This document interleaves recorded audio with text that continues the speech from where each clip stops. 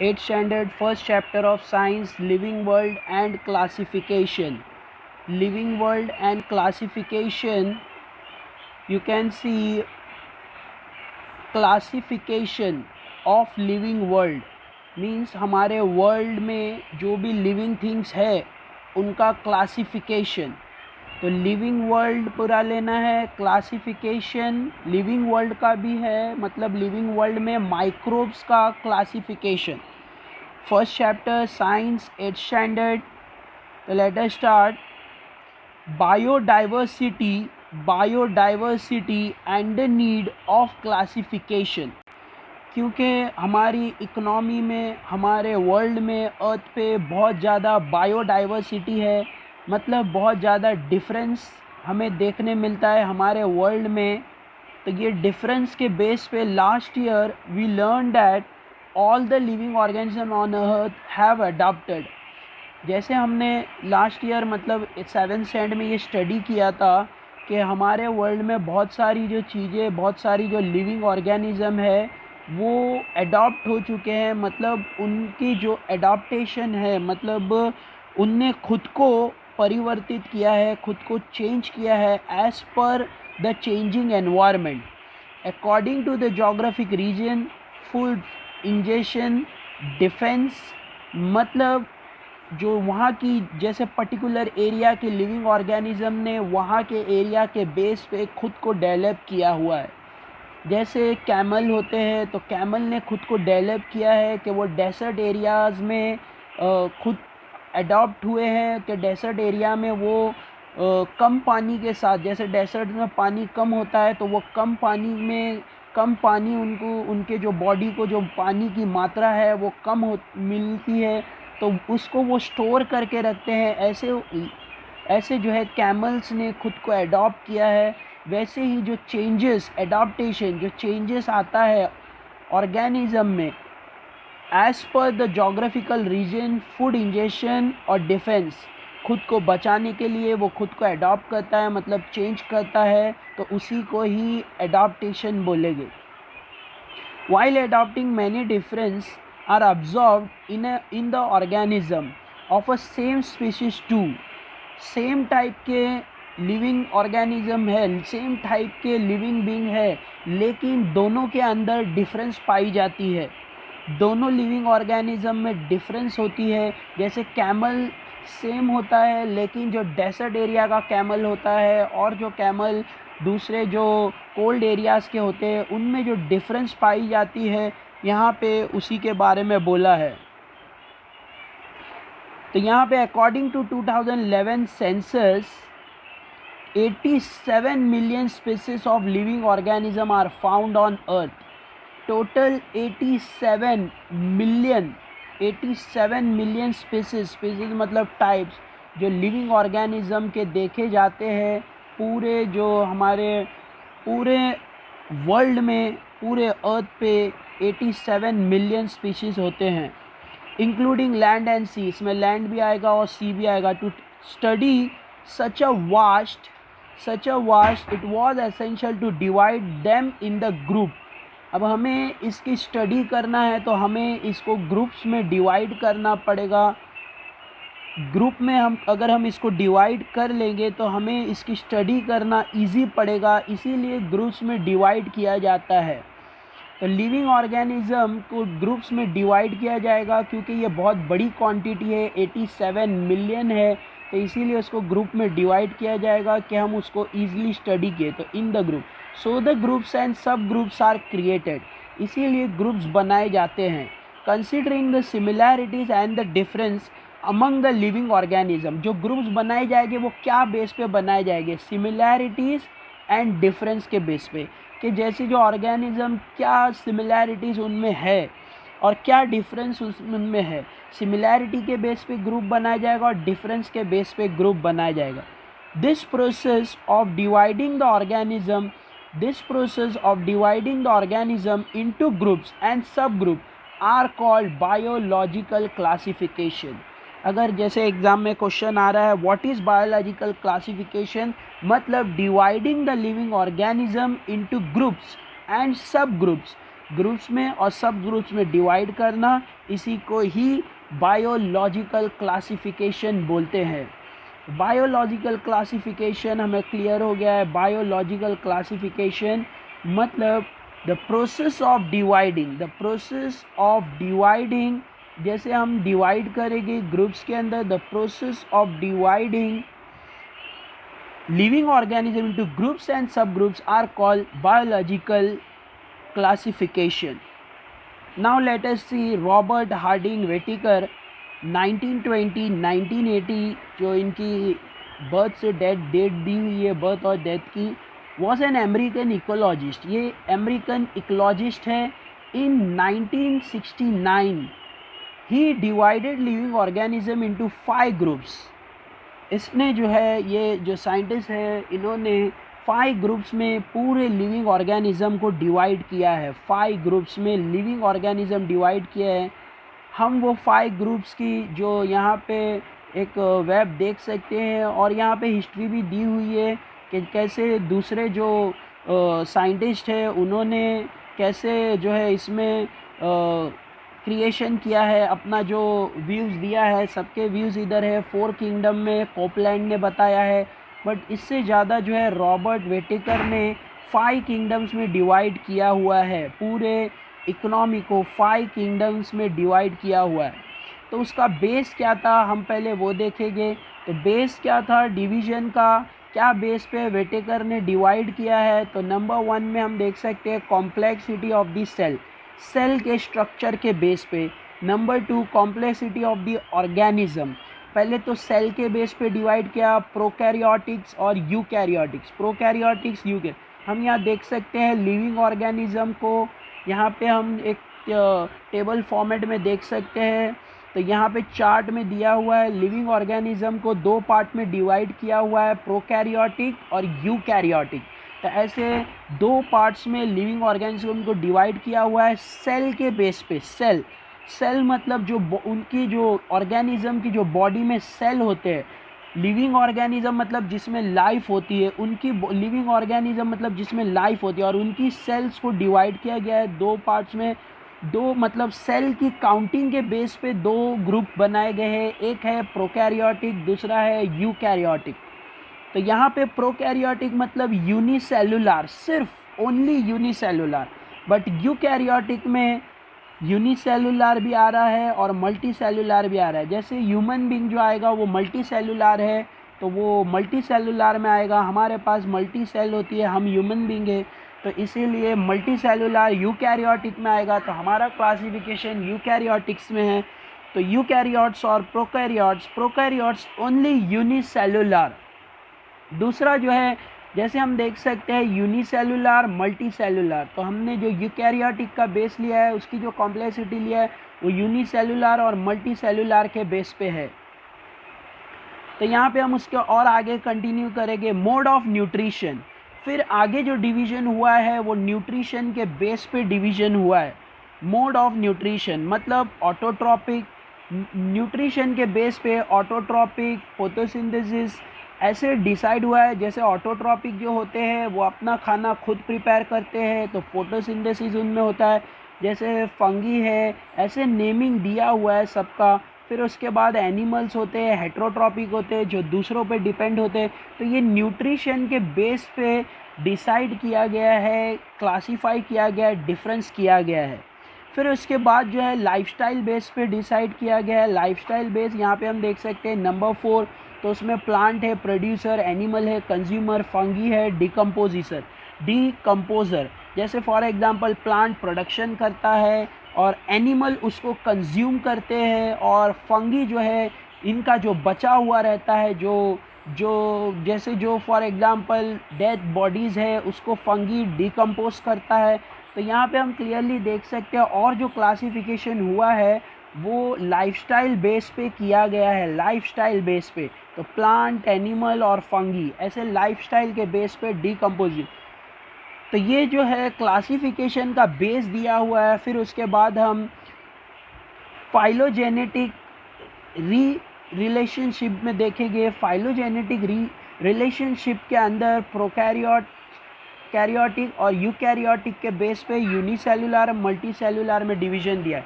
तो ये सारे एक्सप्लेनेशन यहाँ पे जो हमें बता रहे हैं, ये जो क्लासिफिकेशन हुआ है उसका क्राइटेरिया मीन्स क्राइटेरिया उसका जो होता है, जो क्या बेस पे इन्होंने उसको क्लासीफाई किया है। तो number 1 cell structure, number 2 complexity, number 3 nutrition base पे, नंबर 4 लाइफस्टाइल बेस पे, और number 5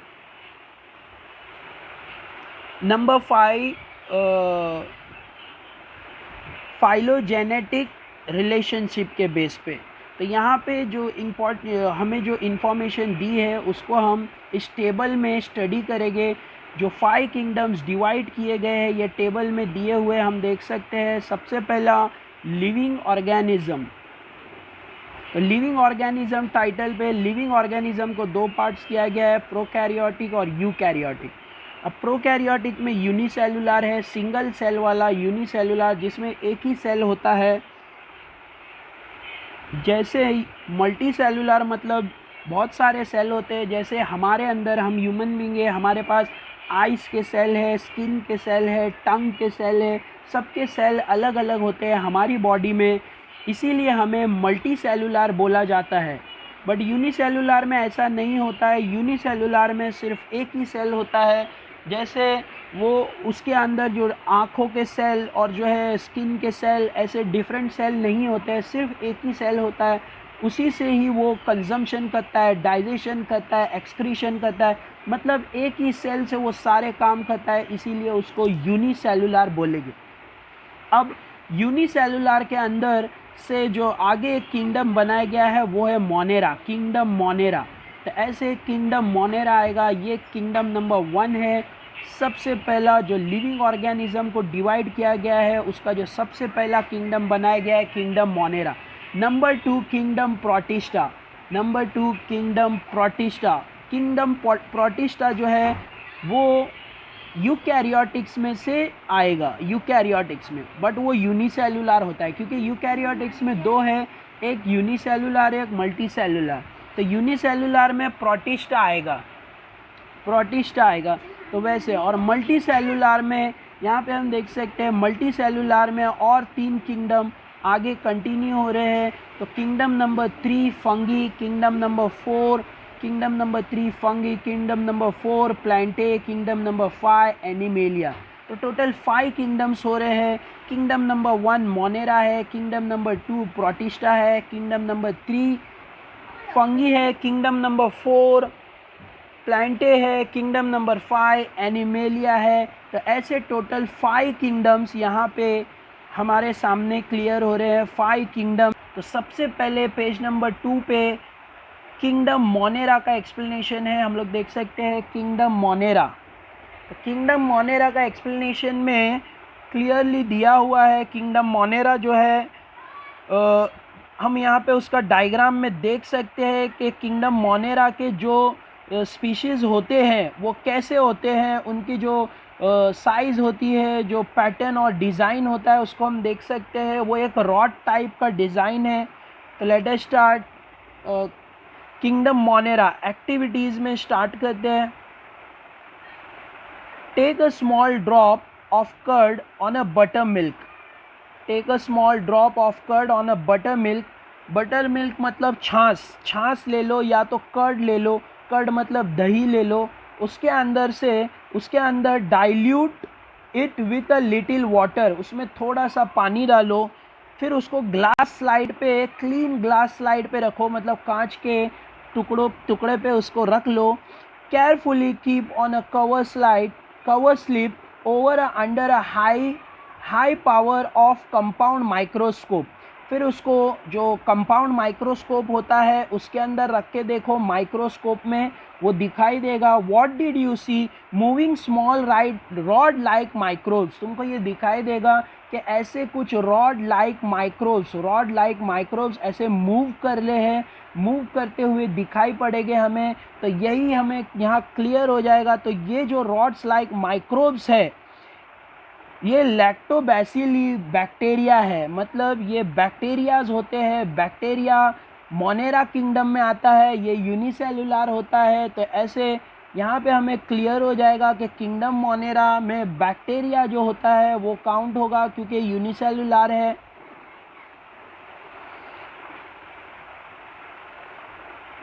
all type of bacteria are blue green algae. जितने भी टाइप के बैक्टीरियाज होते हैं वो ब्लू और ग्रीन कलर के एल्गे होते हैं। ब्लू और ग्रीन कलर के एल्गे हो गए, जैसे हम देख सकते हैं ब्लू और ग्रीन कलर के एल्गे हो गए, are included in kingdom Monera. सारे बैक्टीरियाज एल्गे फैमिली से होते हैं, वो सब मोनेरा में काउंट हो गए। अब हम इसमें जो है इसकी जो मोनेरा की डीप स्टडी देखेंगे कि क्या दे रहे हैं यहाँ पे। All the organism are unicellular, इनके पास सिर्फ एक ही सेल होता है। हम यहाँ डायग्राम में देख सकते हैं जितने भी बैक्टीरियाज यहाँ पे डायग्राम में दिए हुए हैं, ये सब के पास सिर्फ एक ही सेल होता है, एक ही सेल होगा। इनके पास एक्स्ट्रा सेल्स नहीं होते हैं, सिर्फ एक ही सेल होता है जिससे ये सारा काम, सारी जो एक्टिविटीज़ है वो करते हैं। They are autotrophic and heterotrophic. Autotrophic मतलब ये खुद कुछ ऐसे होते हैं जो खुद का खाना खुद प्रिपेयर करते हैं, और कुछ ऐसे होते हैं जो दूसरों पर डिपेंड होते हैं, मतलब दूसरों को अपना खाना बना लेते हैं उनको खाकर। तो ऐसे टाइप के ये बैक्टीरियाज है। They are prokaryotic cell without distinct nucleus cell. इसमें एक पॉइंट क्लियर हो रहा है कि ये प्रोकैरियोटिक्स है, इनके पास जैसे यहाँ पे हम देख सकते हैं प्रोकैरियोटिक सेल है, इनके पास जो है जैसे डिस्टिंक्ट न्यूक्लियस और सेल ऑर्गेनेल्स, इनके पास खुद का डिफरेंट टाइप का न्यूक्लियस नहीं होता है या सेल ऑर्गेनेल नहीं होता है, खुद का एक सेल पैटर्न मतलब सेल ऑर्गेनेल नहीं होता है, तो इसीलिए इनको प्रोकैरियोटिक बोला जाएगा। अगर इनके पास डिस्टिंक्ट न्यूक्लियस होगा और सेल ऑर्गेनेल, जैसे न्यूक्लियस मतलब सेल ऑर्गेनेल्स ही होता है, अगर वो होगा तो ये यूकैरियोटिक्स ग्रुप में चले जाएंगे, बट इनके पास ये नहीं होता है, इसीलिए इनको प्रोकैरियोटिक्स में रखा गया और ये प्रोकैरियोटिक्स ग्रुप में काउंट किए जाएंगे। तो प्रोकैरियोटिक्स और यूकैरियोटिक्स में जो डिफरेंस है वो हमें यहाँ क्लियर हो रहा है। Prokaryotic cells are without nucleus और सेल ऑर्गेनेल, और eukaryotic cells are with nucleus, with distinct nucleus और सेल ऑर्गेनेल्स। उनके पास थोड़ा सा डिस्टिंक्ट टाइप का, डिफरेंट टाइप का ऑर्गेनेल्स होता है, बट इसमें नहीं होता है। तो ये हमारा किंगडम मोनेरा कंप्लीट हो रहा है। लेट अस सी किंगडम प्रोटिस्टा। किंगडम प्रोटिस्टा क्या होता है? किंगडम प्रोटिस्टा ये सेकंड किंगडम है, ये यूकैरियोटिक में आएगा। इसके पास भी यूनिसेलुलर सेल होता है, मतलब सिंगल सेल होते हैं। यहाँ हम डायग्राम में देख सकते हैं यूकैरियोटिक्स में, यूकैरियोटिक्स के डायग्राम में हम देख सकते हैं, देखो वॉल्वॉक्स, पैरामोशियम, यूग्लेना और अमीबा, ऐसे सारे डायग्राम में हम देख सकते हैं ये सब प्रोटिस्टा किंगडम में आएंगे। क्योंकि इनके पास डिस्टिंक्ट सेल होते हैं इसीलिए ये यूकैरियोट्स में काउंट होते हैं। Prepare a temporary amount of 1 drop of pond. अभी ये हमें कैसे देखना है, तो हमें पॉन्ड, जैसे पॉन्ड होते हैं गांव साइड में, जो छोटा सा पानी का बड़ा सा गड्ढा होता है जिसको हम नाला भी बोलते हैं, वहाँ से पानी लाना है और वो पानी को ग्लास स्लाइड पे रखना है, मतलब कांच पे रखना है। Observe it under low pressure and high power microscope. उसको हमें माइक्रोस्कोप के अंदर रख के देखना है। यू विल फाइंड सम मॉटिल्स, तुमको उसके अंदर कुछ मॉटिल्स दिखाई देंगे। मॉटिल्स माइक्रोब एंड इरेगुलर शेप, कुछ मॉटिल टाइप के माइक्रोब्स और इरेगुलर शेप टाइप दिखाई देगा, मतलब तुमको ऐसा कुछ आड़ा टेढ़ा शेप, जैसे कभी ऐसा शेप हो या कभी ऐसे टाइप का शेप हो या कभी ऐसे डिफरेंट टाइप का शेप्स यहाँ पे दिखाई देंगे उस माइक्रोस्कोप में, उस पानी के अंदर, पानी के बूंद में। तो ये जो इरेगुलर शेप है दे आर अमीबा, इसी को ही अमीबा बोलेंगे। ये अमीबा होते हैं, ये प्रोटिस्टा किंगडम में काउंट हो गए। Protista are single cell organism well defined nucleus enclose in nuclear membrane. ये जो है वेल डिफाइंड सेल होते हैं, इनके जो सेल जो होते हैं वो डिफाइंड होते हैं, वो प्रॉपरली फॉर्म्ड होते हैं, इसीलिए ये यूनिसेलुलर है बट यूकैरियोट्स में आएंगे। और वहाँ पे ऊपर ने हमने देखा था कि जैसे फॉर एग्ज़ाम्पल ऊपर हमने देखा था कि यहाँ पे उनके जो सेल है वो डिस्टिंक्ट फॉर्म में नहीं होते हैं। सेल जो होते हैं, न्यूक्लियस जो सेल ऑर्गेनेल होता है, उसका कोई डिस्टिंक्ट फॉर्मेट नहीं होता है। सबका जो सेल है वो एक ही फॉर्मेट का दिखाई देता है, बट यहाँ पे ऐसा नहीं है। प्रोटिस्टा के अंदर जो डिफरेंस है प्रोटिस्टा में, यहाँ पे जो सेल ऑर्गेनिज्म है, सेल जो ऑर्गेनल है, वहाँ पे हम देख सकते हैं, यहाँ पे क्लियरली एक्सप्लेनेशन दिया है, call organism which were well defined nucleus. इनका खुद का एक डिज़ाइन होता है, अलग अलग डिज़ाइन के अलग अलग होते हैं, और न्यूक्लियर मेम्ब्रेन भी होता है। तो ऐसे यहाँ पे हमें क्लियर हो रहा है। नेक्स्ट, दे हैव सूडोपोडिया और अ हेयर लाइक सीलिया और a whip like flagella for locomotion. Locomotion मतलब बॉडी के रेस्पिरेशन और जो है उनके मूवमेंट के लिए उनके पास कुछ हेयर लाइक स्ट्रक्चर होते हैं। जैसे हम यहाँ पे डायग्राम में डीप में जाके देख सकते हैं, यहाँ पे हेयर लाइक स्ट्रक्चर जो है बालों की तरह हमें दिखाई दे रहा है, कैसे बालों की तरह स्ट्रक्चर होते हैं उनके। तो ये हेयर लाइक स्ट्रक्चर ऐसे इनमें देखे जाएंगे। और भी सारे जितने भी प्रोटिस्टा किंगडम में आएंगे, सबके अंदर हेयर लाइक स्ट्रक्चर हमें दिखाई देते हैं। तो इनके पास खुद का सेल ऑर्गेनेल होता है। और सूडोपोडिया और हेयर लाइक स्ट्रक्चर, सूडोपोडिया जैसे कि वही हेयर लाइक स्ट्रक्चर को बोला है, उसको सूडोपोडिया बोलते हैं साइंटिफिक लैंग्वेज में। हेयर लाइक सीलिया और विप लाइक मतलब जैसे विप टाइप का, एक जैसे हम देख सकते हैं विप जैसे ये हम यहाँ पे डायग्राम में देख सकते हैं विप लाइक स्ट्रक्चर, मतलब उनका जो एक टेल लाइक स्ट्रक्चर होता है, फ्लैजेला फॉर लोकोमोशन, जिससे वो अपनी जो है वेस्ट प्रोडक्ट जो है, जैसे जो भी मूवमेंट है वेस्ट प्रोडक्ट जो है, क्योंकि वो एक ही सेल होता है तो उसको हेल्प में लाते हैं और उससे लोकोमोशन होता है बॉडी का। तो हमको जो आगे एग्जांपल्स में दिए हुए हैं, आगे ऑटोट्रॉप और हेट्रोट्रॉप। ऑटोट्रॉप में है यूग्लेना वॉल्वॉक्स कंटेन क्लोरोप्लास्ट, और यहाँ पे हेट्रोट्रॉप में है अमीबा पैरामोशियन। हेट्रोट्रॉप ये फूड के लिए दूसरों पे डिपेंड होते हैं, जैसे अमीबा दूसरे माइक्रो ऑर्गेनिज्म को कंज्यूम कर लेता है या तो फिर दूसरे प्लांट और एनिमल को कंज्यूम करता है, तो इसको हेट्रोट्रॉप बोलेंगे। और ऑटोट्रॉप मतलब ये खुद अपना खाना प्रिपेयर करते हैं, जैसे यहाँ पे यूग्लेना है, वॉल्वॉक्स है, ये खुद का खाना खुद प्रिपेयर करते हैं, तो इनको ऑटोट्रॉप बोला जाएगा। तो यहाँ पे हेट्रोट्रॉप, ऑटोट्रॉप और हमें प्रोटिस्टा किंगडम पूरा क्लियर हो गया है। Let us go further and see fungi. ये थर्ड किंगडम है फंगी। फंगी में हम देख सकते हैं कि it take a moist piece of bread. अगर तुमको फंगी देखना है तो एक जो ब्रेड ले लो और उसको थोड़ा सा मॉइस्ट कर लो, गीला कर लो, फिर उसको 2-3 दिन के लिए, या ब्रेड ले लो या चपाती ले लो, उसको 2-3 दिन के लिए, ब्रेड या बाखरी ले लो, उसको 2-3 दिन के लिए कंटेनर में लीड लगा के, ढक्कन लगा के 2-3 दिन के लिए रख लो। तो तुमको कुछ 3 दिन के बाद, अगर हम आफ्टर 2-3 डेज तुम देखोगे कि फाइन कॉटन कुछ ऊपर पे ऐसा का कॉटन की तरह, कापूस की तरह कुछ जो थ्रेड कापूस की तरह धागे जैसा कुछ जमा हुआ रहेगा, like tough is found growing on the surface of the bread के ऊपर ऐसा ग्रो होते हुए दिखाई देगा। तो ये जो ब्रेड पे ग्रो हो रहा है तो उसको ही हम देखेंगे जैसे फ्यू ट्रेड अ कल्चर और ऑब्जर्व अंडर माइक्रोस्कोप। इसको हम माइक्रोस्कोप में देखेंगे तो हमें पता चल जाएगा कि यही फंगी होता है, ऐसा इसका स्ट्रक्चर होता है। तो ये उसको एनलार्ज करके दिया हुआ है, इसको माइक्रोस्कोप में देखोगे तो ऐसे ये बड़ा होने पर ऐसे दिखाई देगा।